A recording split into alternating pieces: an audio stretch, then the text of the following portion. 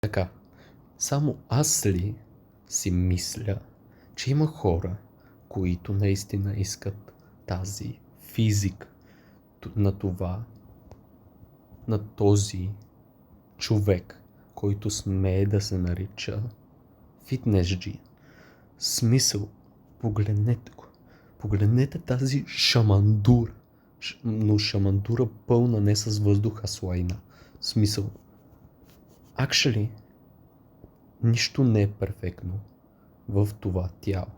Смисъл, най-малкото на първо място може да забележите не знам, корема, който изобразява точно шамандура. Погледнете му раменете, те са тесни, но въпреки това обемести. И де-факто, как има хора, които искат това? Буквално, неговият торс е ултра големия, това чудо тежи.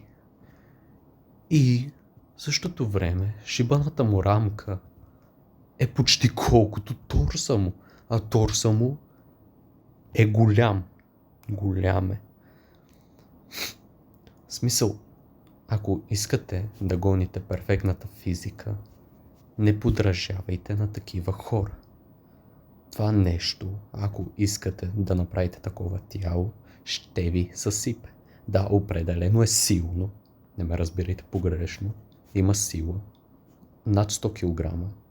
Но просто най-малкото здравословни проблеми. Черния ви дроб ще е по дяволите.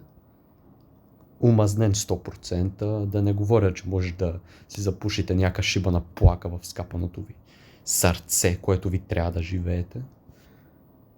Но, ако искате, честно казано, добра физика, прилична, вижте, например, мен. Аз нямам добра физика, но е много пъти по-добре от това. Сега, ако ми кажете, че предпочитате това, пред това, искам да ви насоча към терапевт, към психолог, защото, да, окей, със сигурност нямам силата на онова изчадие, но какво може да забележите тук? Най-малкото, корема ми няма скапани 20 кила само той. Раменете ми са 20 пъти по-развити от неговите на доктор Майк. Рамката ми е с широки рамене, широки, а талията ми е супер тясната. И се получава ето това. Разбирате ли? Получава се диамант, а не скапани физика на шамандура е за мен това. Така бих я описал. Да, ръце със сигурност имам по-слаби от неговите, но те пак са с такава форма, че да стават по-тясни, както виждате. По-тясно, по-тясно, по-тясно. Хоп, хоп, хоп. Пак на диамант върви всичко. И за мен това е по-добрия вариант, отколкото това. И другото, което е, ако не искате да ми повярвате, че тази физика не е по-добре от това, сега ето ви истинска перфектна физика. Перфектна физика. Истински диамант. Тук какво може да видите? Много тясна талия, ултра широките рамене, ръце много по-добри.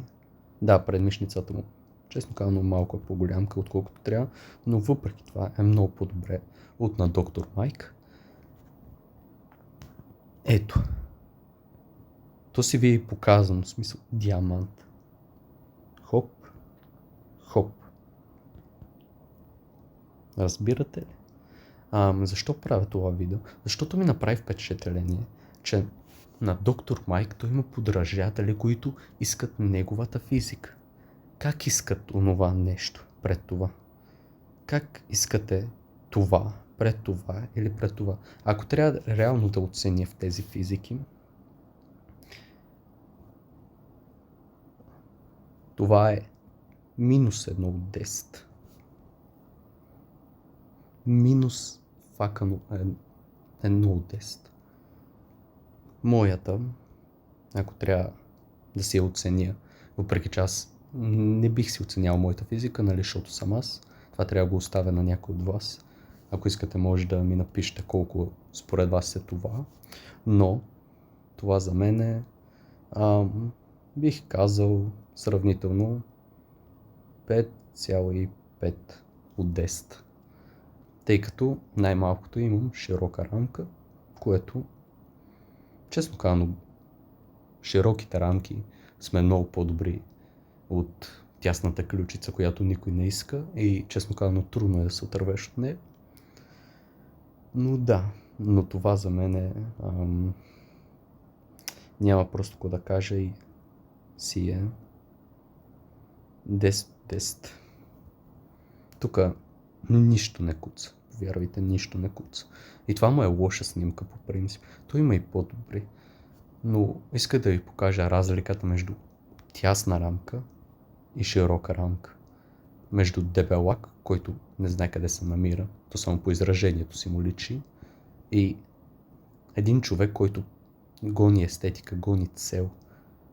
И най-малкото няма да има здравословни проблеми. Аз съм по същия начин. Но, пак ви казвам, вие си решавате, но аз правя този клип, за да ви кажа, това не е перфектната физика. Никога не гонете тези резултати във фитнеса и тренирайте, за да ви е здравословно тялото. И това е от мен. Благодаря ви, че гледахте. Ако гледахте, ако не гледахте, пак живи и здрави. И може би до следващия път. Все още не съм решил дали ще има още клипове. Това вие ще го решите. И така. Чао и до нови срещи.